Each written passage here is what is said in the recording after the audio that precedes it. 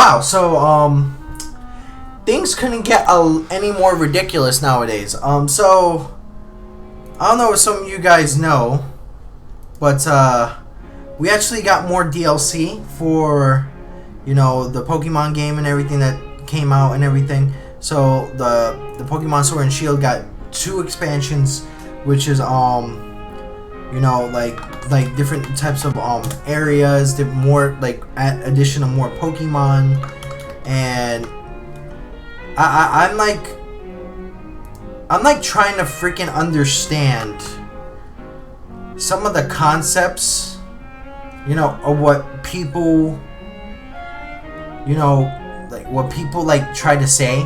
I've seen some of the actual, you know, the actual YouTube videos that talk about it, and I have to admit, like, what people talk about, I don't think they know what the hell they're talking about, and it's very, very, very sad that people don't. Literally, like, the things that people are complaining about, the things that people are getting upset about, is the dumbest shit I have ever heard. It's really ridiculous. So apparently there is 2 new DLCs. It's called the Isle of Armor, and also I believe it's called the Crown Tundra. And with that, you know, there are 2 new areas. Like, one's an icy area, one's like an islandish type, like, beach area, and that's with the addition of 200 other Pokemon. Okay, no problem. We got that. You know, both of those with 200 other Pokemon, more Gigantamax creations, more raids here and there, more rare Pokemon, and for the addition for both of them for $30. Okay, that's a fair price. $30 for that, where other DLCs don't give you that much for $30. It's absolutely ridiculous that people just start bitching about it. So here's what like some of the list of the actual Pokemon that will be coming back, like in like, you know, in certain isles. Like for the Isle of Armor, because I'm looking this on Newsweek right now. So let me put this on a full screen here. So boom, right there. Now bring this full screen right here, and then let me zoom this in. There you go. Now we zoom this in, and then they have the list of right here. So fan favorites like Psyduck and Zorora lines will also return in June. Here's a rundown of the confirmed returning Pokemon in the Isle of Armor. The list will be updated with more names as they confirmed leading up to release. And it's like Psyduck, Golduck, Magnemite, Magneton, Magnezone, Happiny, Chansey, Blissey, Horsey, Seadra, Kingdra, Azurill, Marill, Azumarill, Zorua, Zoroark, Larvesta, Volcarona, Fletchling, Fletchinder, Talonflame, Dedenne, I believe that's how it's pronounced, Rockruff, and Lycanroc. You know, not bad to line up. For Crown Tundra, there's gotta be Nidoran, male and female, Nidorina, Nidorino, Nidoqueen, Nidoking, Zubat, Golbat, Crobat, Elekid, Electabuzz, Electivire, Smoochum, Jinx, Spheal, Celio, Walrein, Beldum, Metang, Metagross. Metagross is coming back. Gibble, Gabite, Garchomp, Cryogonal, Aurora, and Aurorus. And also, there's gonna be legendary Pokemon supposedly coming back. And this is weird for a large list. And I'm hoping that this is like a Newsweek thing, because they already did come out with the Galarian forms of Articuno, Moltres, Zapdos, 2 new Reggies, Regirock, Regice, Registeel, apparently Groudon, Kyogre. Now it's a Suicune, Raikou, you know, like Ho-Oh, Lugia, like all the ones that were here, like Rayquaza, Uxie, Azelf, Mespite, Dialga, Palkia, Heatran, Giratina, Cresselia, the Tornadus, Thundurus, Landorus, Xerneas, Zolta, all the ones that were like the rare Pokemon for that area. Now, here was the problem. Here was the issue that a lot of people in the community is having. So apparently it's one of 2 things: that the content was supposed to be there already, or the content is too much money. Now, let me go ahead and just rebuttal those, because those are absolutely the dumbest reasons I've ever heard in my life. When people say that the game is incomplete, it's absolutely ridiculous. It's the dumbest thing I've heard. That's an opinion. I can go ahead and say The Witcher is incomplete because it came with multiple expansions that could have been part of the game already. But the thing is, I'm not going to do that because they already came with a game from the beginning that was just a main story and that was fine. Or I could say any other game is probably unfinished. Like, for instance, I have a list of games right over here.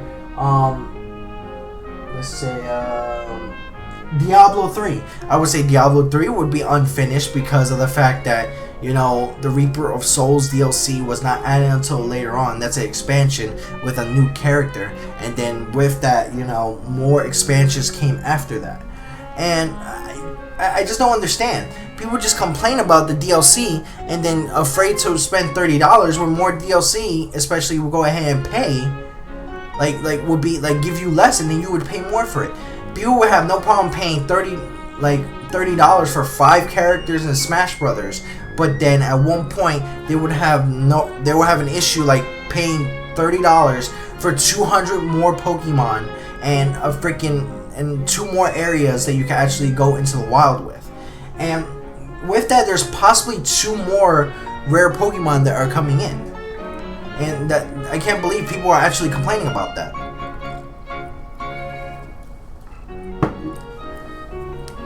You know, the fact that this is $30, that's a fucking dope price. $30 for 2 areas, 200 more Pokemon, especially most of the legendaries are going to be back there, and new legendaries. It's like, what is the complaint about? When people say it's an incomplete game, why? Because you didn't get the national dex? There's no reason for the national dex to be there. You're going to get 900 to 1,000, probably 2,000 if you're crazy enough to get every shiny in the damn game. Like, if you're gonna be so crazy on that, and then 2,000 Pokemon will literally just hit the dust. You're gonna have a team of 6 that you're gonna choose, and then you're gonna keep them. You're not gonna choose the other freaking 900 to 1,000 Pokemon. It's ridiculous. What type of dumb stuff can people be on, especially the Pokemon community, being upset over a national dex? Like, people are upset because they said there's not that much content in the game. There's barely any content in any Pokemon game. Barely any. Oh, we didn't have Battle Frontier. There's Battle Tower. What's wrong with Battle Tower? There's Battle Tower. There's all things like content, like in regards to like jobs, like interaction with Pokemon, where a lot of people wanted interaction with Pokemon. You know, cooking, camping, all that stuff is great interaction. But you know, everybody just started getting upset.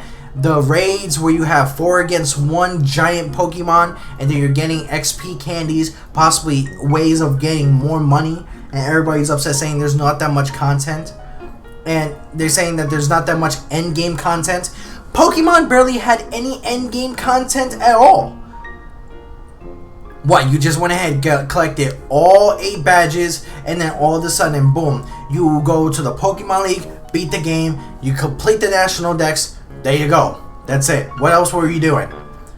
Besides anything on the side with like the teams, like Team Magma, Team Aqua, Team Yell, freaking Team Rocket, whatever the hell, what else were you possibly doing?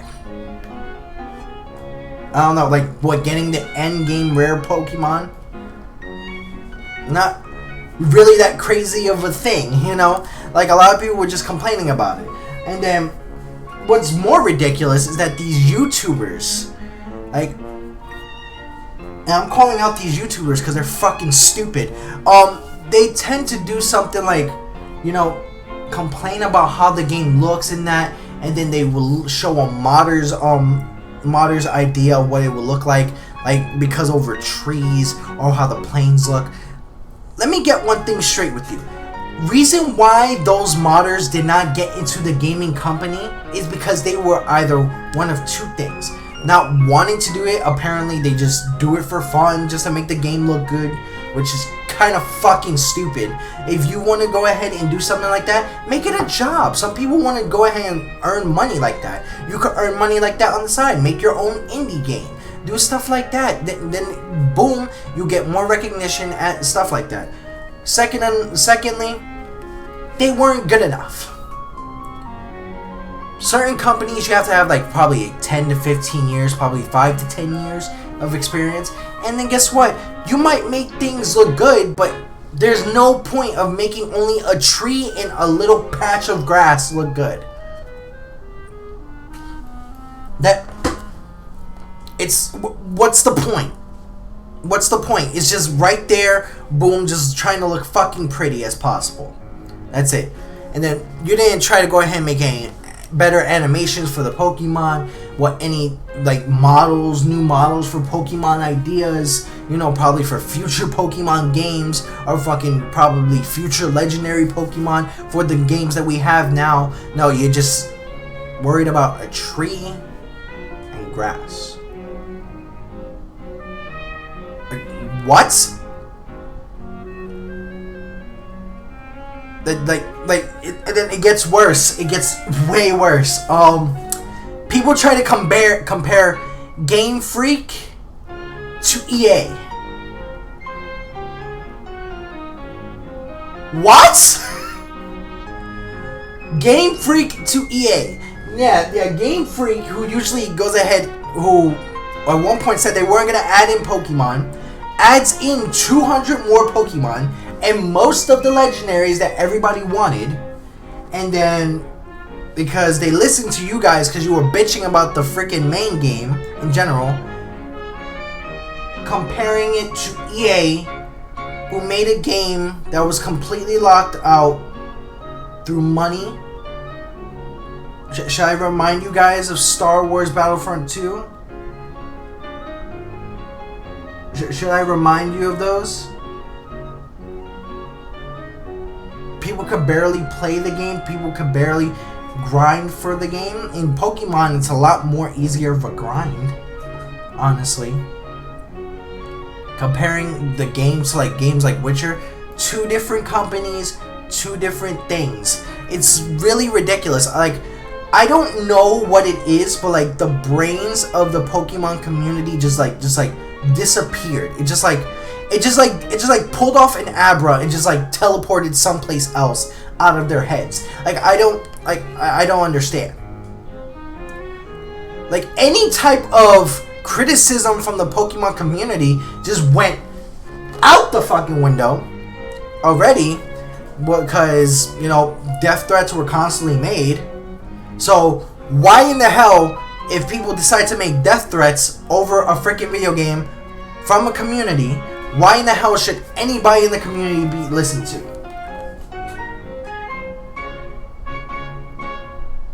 Nobody should be listened to, because if they listen to those who like the game, which you're supposed to listen to those, because those are the people that will actually like the game and actually show support to the company, compared to those who would be like, oh, I'm not buying this game. I'm not getting the DLC. The DLC is not worth this money. Nobody's gonna listen to that. Nobody's gonna listen to that, because they're gonna go ahead and actually focus on those who actually buy the game. And you know what's next? If you actually defend Game Freak for doing that, people will tell you 2 things. Either you're a corporate shill, or 2, you have no value.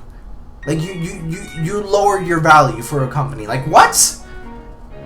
For those who don't like the game, where does your value go ahead and go over mine?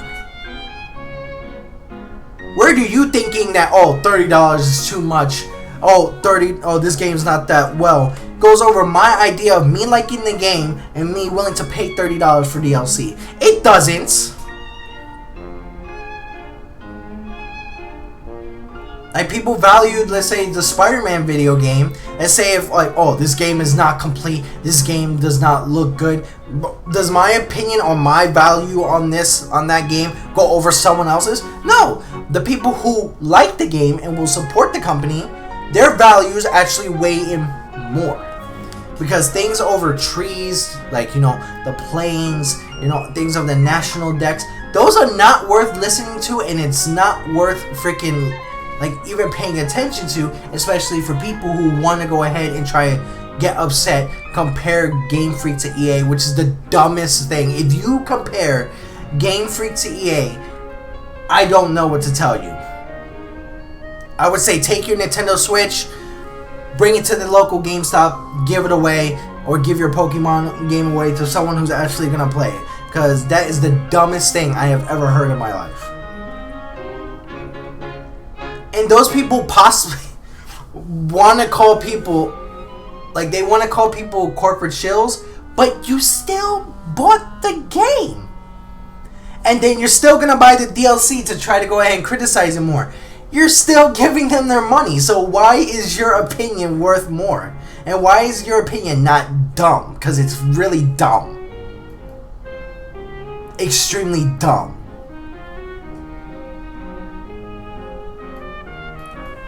Subscribe to the EHG community. Definitely turn your notifications when we get new streams and new videos set out. Definitely join us on our Facebook group, our Discord channel. Make sure to go ahead and subscribe to our moderators and support our sponsors.